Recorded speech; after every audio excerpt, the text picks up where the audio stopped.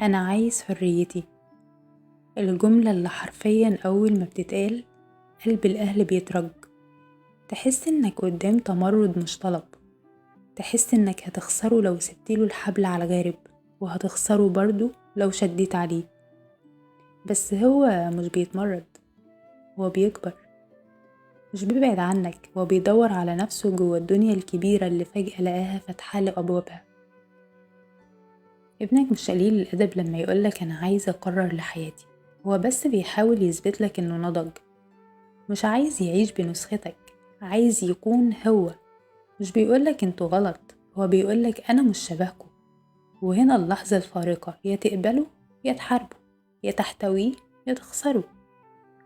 أوقات الحرية بتخوف الأهل أكتر من الولاد، لأنها معناها إن ابنك هيمشي من غيرك. بس افتكر دايما إن اللي بيربي ابنه مستقل بيكسبه حتى وهو بعيد، إنما اللي بيربي ابن بيخاف يغلط بيخسره حتى وهو قريب منه. اسأل نفسك، هل ابني حر في اختياراته، ولا كل حاجة لازم تمر على الفلتر بتاعي؟ هل لما يغلط بلاقي طريقة أوقفه وأفهمه، ولا بكسره بكلمة وارجعه نقطة الصفر؟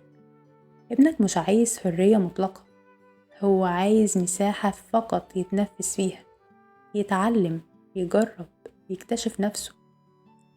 اسمعه، متقفلش الباب. كلمه كأنه صاحبك مش متهم واقف قدامك.